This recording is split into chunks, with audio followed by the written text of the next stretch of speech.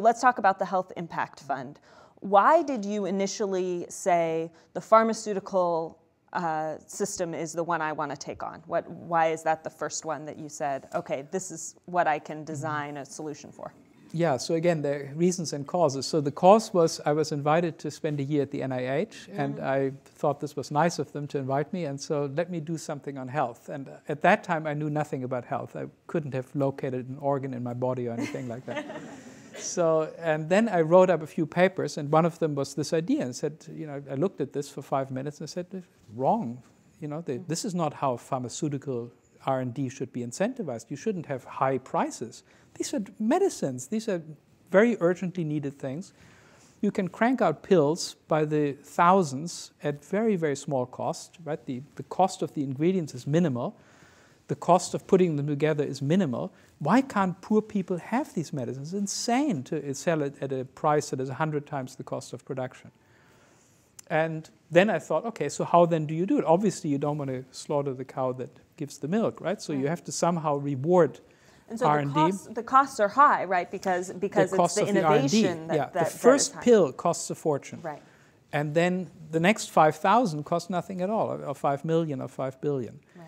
That's exactly the problem. So it's a subway problem, if you like, right? The first subway ride costs billions of dollars, and then putting an extra rider on the subway costs nothing at all, right? And so the thing is, then the trick is to think about a way to incentivize it so that it's cheap for the following people, that we incentivize the drug companies, we rich people, incentivize the drug companies to develop new medicines in a way that doesn't exclude the poor, that doesn't require us to arm twist poor countries into suppressing the generic trade, which is now what's happening. Mm-hmm. Mm-hmm. And so that is, in effect, what the Health Impact Fund would do? Precisely, yeah. So it collects all these donations into a central holding place and then rewards innovation, or how? Yeah, that's basically the idea. So it would be government-sponsored for the most part. Mm-hmm. So the way we picture it is there would be a certain pool of money available each year to reward new pharmaceuticals. Pharmaceuticals could be registered by the company for these rewards. And if you register, you get a reward that is proportional to the health impact that you achieve with your medicine. And so if your drug is responsible for 8% of the health impact of all the registered drugs in a given year, you get 8% of the reward pool. Got it. That repeats for 10 years, and at the end of the 10 years, you've had your reward and you drop off.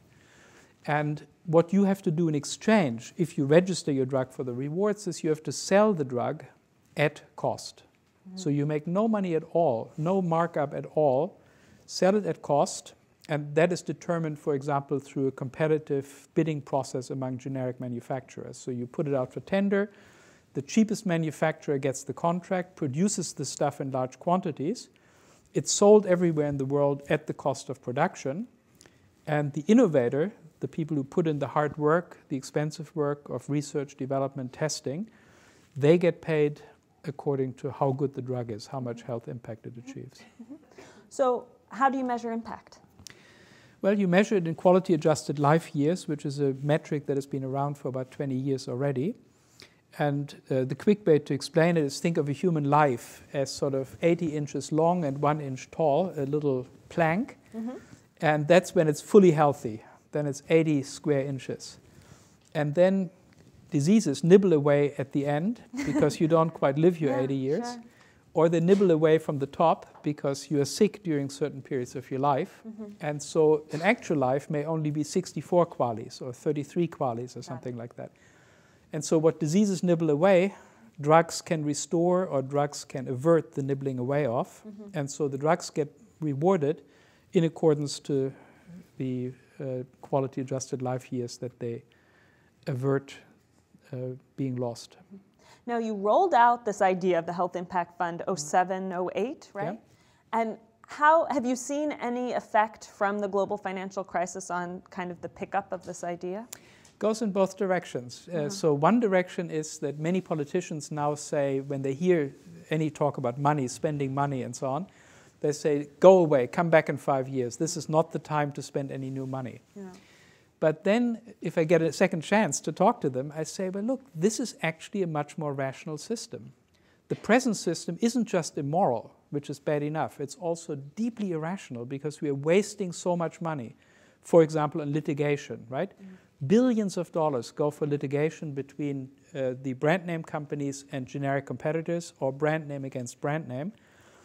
Billions of dollars go for advertising, because if you make a huge markup on your product, then of course you try to have more sales, and so you spend billions on advertising.